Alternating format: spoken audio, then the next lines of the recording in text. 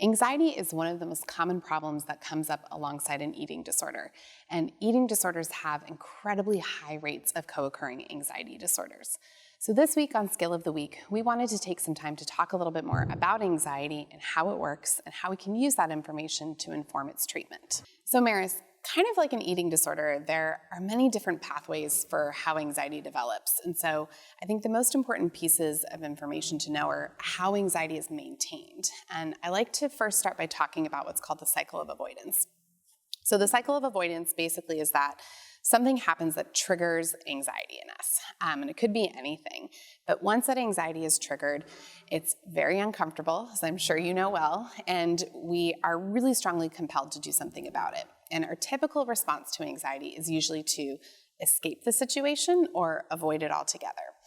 And the problem with that is that it actually works really well, but that's a problem because it prevents us from learning about that situation. It prevents us from learning that that thing we were afraid of or that we were worried about either doesn't actually happen or that it's not as bad as we thought it was going to be.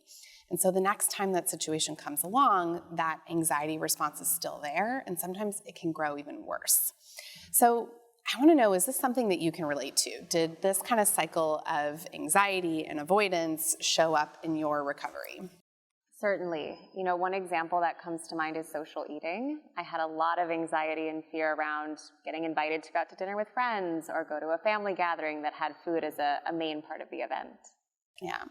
I'm also curious too, did your parents maybe play any role in this avoidance? Because in my experience of working with kids with anxiety, I find that it's usually just not the kids. Sometimes the parents, in very well-meaning efforts, kind of step in to help with the rescue or pulling them out of that situation that's really hard for them.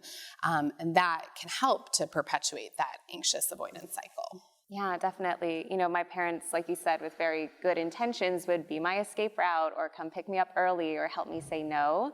And while that felt good in the moment, it really didn't give me the chance to fully work through the experience of staying and going through the full event. Yeah. What actually helped you break that cycle? Can you tell us a little bit more about how that happened? Yeah, definitely. I think we started off small, so going to the smaller gatherings, going out to lunch with one or two close friends, and from there having baby steps towards going to all the events and staying for the full time and participating fully. But it did take some time and some planning ahead to have that happen effectively. Right. And I'm curious, what actually happened? What did you learn? Like once you finally started, eating with your friends and getting back to family gatherings and things like that?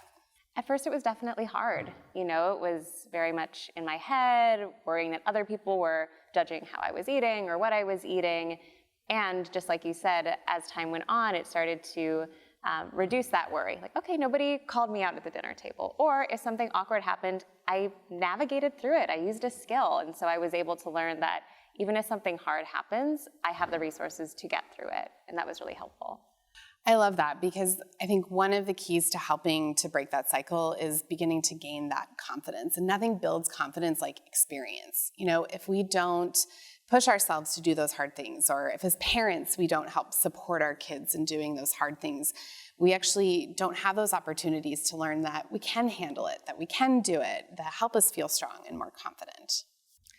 So remember, sometimes those little things we do in the short term to help us with our anxiety can actually create bigger problems in the long run. If you want to treat your anxiety, you first have to break the cycle of avoidance.